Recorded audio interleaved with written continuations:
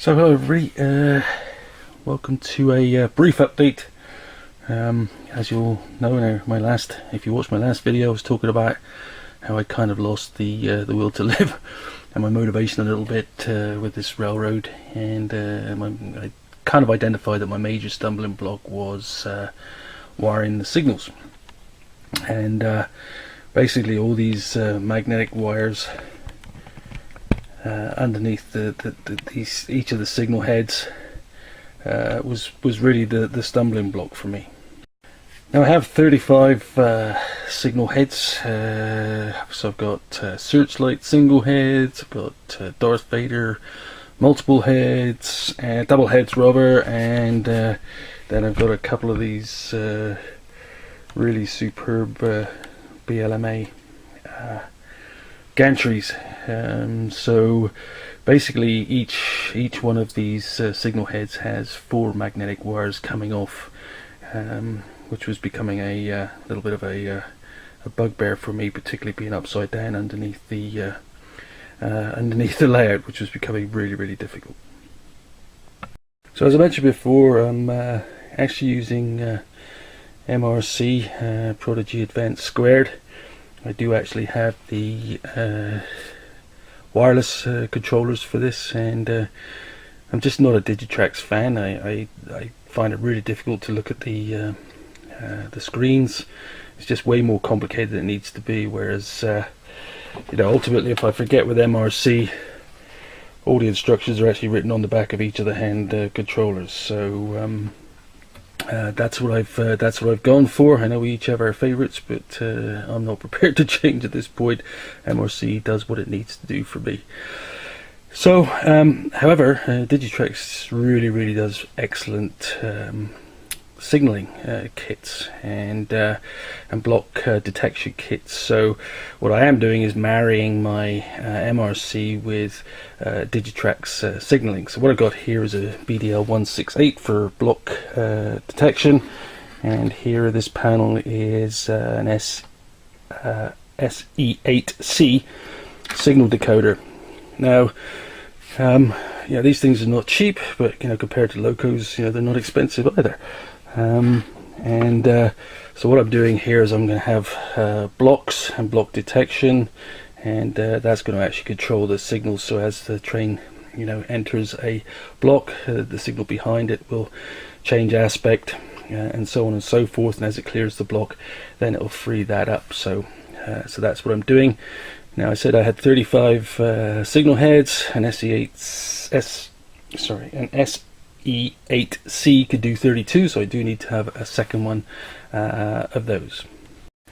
So as I said, Digitrax has some really good signaling system, modular systems. So these masts are the SMBK, and basically you need one of these for each dual aspect signal. One side does the upper head, and the other side does the lower signal head. So you need to make sure you get that right, because if you obviously program the upper head to be the lower head, then it's going to cause a major problem. But as you can see, compared to my hand here, these little tabs, there's 4 wires on this side and 4 wires on that side. The reason there's 6 tabs here is because there's room for accessories. But you need to be really good at soldering in the first place, let alone when you're standing on your head upside down at the age of 57 like me. The other thing you need to have is to know which wire is which. So what I've got here is a Logic Rail Technologies signal tester. It's got the 9-volt Duracell battery in there. And basically you can put the wires to this, your magnetic wires, and actually figure out which signal wire is which.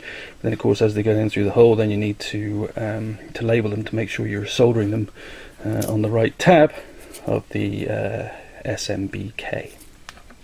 Now the next element to this Digitrax signaling system is this ribbon cable, and on each of the ribbon cables it's got these little connectors, and that's what the SMBK, once you've soldered it, plugs into, and from there then you can run these around your layout. You can only have 4 masts per outlet terminal on the SE8C, which goes back to your restriction of your 32 per board. As I said, typically I've got 35, so hey, go me. One thing to mention here is that to run my accessories and my signals, I've actually just got a computer power unit. So this produces really clean power. Basically what I've done is I've stripped it off, and there's a bunch of outlets here, a bunch of different voltages, 5 volt, 3 volt, 1.5 volt. There's lots of good YouTube videos on that you can look at. If you know Rob Bennett and his fantastic layout, he's definitely got a good article on how to turn one of these old PC units into a clean power system. So as I said, I was really struggling with my motivation to get all this done, and luckily I got 2 friends that recognised that I wasn't moving along anymore on the railroad, so they came along to help. And believe me, 2 people or more soldering is way better than just you trying to do it on your own. And actually, once we got a routine set up, we were off to go. So if we take this gantry signal here and plug it into the ribbon belt, you can see then that the signals have lit up. So they're set at red at the moment, and that's the default position until we've got it actually linked up to the computer. That's what it's going to be. But as simple as that, really, in terms of making this all now right where I need it to be.